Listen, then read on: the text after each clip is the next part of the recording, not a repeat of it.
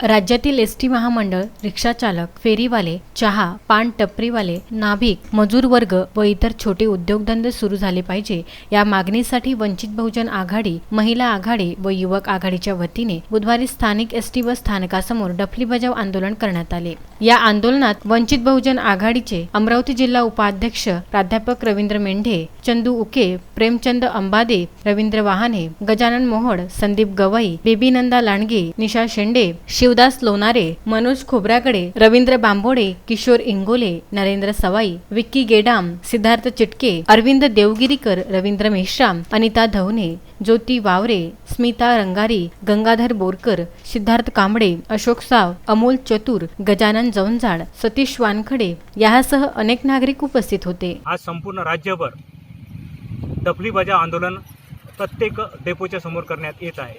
आज चांदुर्ली तालुक्यात डफली बजाव आंदोलन करण्यात येत आहे। यामध्ये वंचित बहुजन आघाडी, युवक आघाडी आणि महिला आघाडी या आंदोलनामध्ये सहभागी झालेली आहे।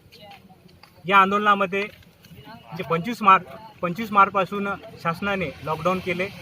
गेल्या 4 महिन्यामध्ये कोरोनाचा प्रतिबंध करण्यासाठी जे लॉकडाऊन केलेले आहे त्यामध्ये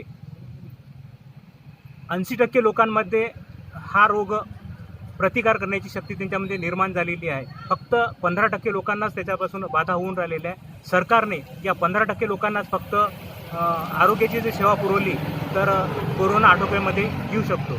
महत्त्वाचं म्हणजे या जवळपास 4 महिन्याच्या काळामध्ये जे लॉकडाऊन झालेलं आहे त्याच्यामुळे जे हातावर आणि पोट असणारे आहे त्यांचं मोठी अडचणी निर्माण झालेली आहे आणि छोटे उद्योग, मोठे उद्योग हे सुद्धा डबघाईस आले येऊन अर्थव्यवस्था ढासळलेली आहे। त्यामुळे राज्य सरकारने आता कोरोनाचा मुकाबला करण्यासाठी जे महत्त्वाचे जे प्रतिबंधात्मक उपाययोजनांचं पालन करत लॉकडाऊन हे काढून घेण्यात पाहिजे आणि जी शहरातल्या बस आहे त्या सुरू करायला पाहिजे। त्याचप्रमाणे ज्यांचं हातावर पोट आहे असे लहान उद्योगधंदे आहेत त्यांनासुद्धा सुरू करण्याची त्यांनी परवानगी दिली पाहिजे, ज्याच्यामुळे या लोकांना आपलं स्वतःचं उदरभरण करणं शक्य होईल। Bandu Athawale, Vidarbha news, Chandur railway.